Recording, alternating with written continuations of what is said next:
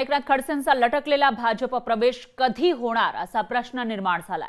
खडसेंच्या भाजप प्रवेशासाठी फडणवीसांनी गणेशोत्सवानंतरचा वायदा दिलाय, तर खडसे भाजप नेत्यांवर टीका करत असताना त्यांना भाजपमध्ये घेणार का असा सवाल उपस्थित होतोय।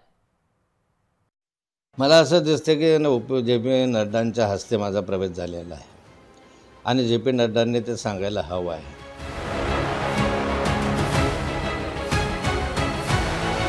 देवेंद्र फडणवीस आणि गिरीश महाजन यांच्या दबावामुळे भाजप प्रवेश होऊनही तो जाहीर होऊ शकला नाही असा आरोप एकनाथ खडसेंनी काही दिवसांपूर्वी केला होता। या आरोपानंतर एकनाथ खडसेंनी आणखी एक आरोप केलाय। देवेंद्र फडणवीसांनी मुलीची शपथ घेऊन राज्यपाल पदाची ऑफर दिल्याचा दावा त्यांनी केला।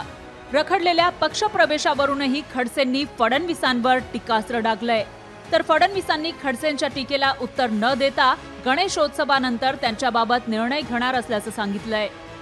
ते काय म्हणाले हे मी ऐकलेलं नाही, मात्र त्यांच्या संदर्भात आमच्या केंद्रीय नेतृत्वाने निर्णय घेतलेला आहे। तो निर्णय आम्हाला सर्वांना त्या ठिकाणी मान्यच आहे। त्यामुळे केंद्रीय नेतृत्वाशी चर्चा करून गणेशोत्सवानंतर त्या संदर्भात योग्य निर्णय केला जाईल। देवेंद्र फडणवीसांनी सांगितलंय, त्यामुळे एकनाथ खडसेंचं फटाके फोडून स्वागत करू असा खोचक टोला गिरीश महाजनांनी लगावला। चालेल, मग आम्ही फटाके फोडून स्वागत करू।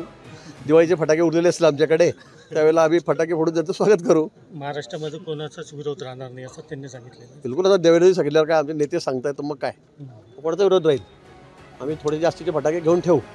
एकनाथ खडसेंजवळच्या कथित क्लिपमुळेच त्यांना भाजपमध्ये प्रवेश दिला की काय असा सवाल शिवसेना युबीटीचे आमदार वैभव नाईक यांनी केलाय। खरं तर खडसे साहेबांना क्लिप असल्यामुळेच खडसे साहेबांनी भाजप प्रवेश निश्चित झाला होता की काय, आणि नंतर खडसे साहेबांच्या सुनेला पुन्हा एकदा भाजपची उमेदवारी या क्लिपमुळेच मिळाली की काय। त्याचबरोबर आता खडसे साहेबांना ती क्लिप खडसे साहेबांनी दिल्यानंतर खडसे साहेबांचा भाजप प्रवेश लांबला की काय।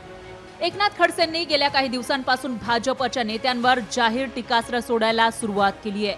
अशा परिस्थितीमध्ये त्यांचा गणेशोत्सवानंतरही भाजप प्रवेश होईल की नाही याबाबत साशंकता व्यक्त केली जातीये।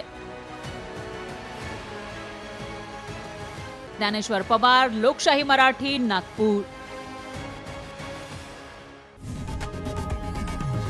लोकशाही मराठी ऐका, पहा, जागरूक रहा।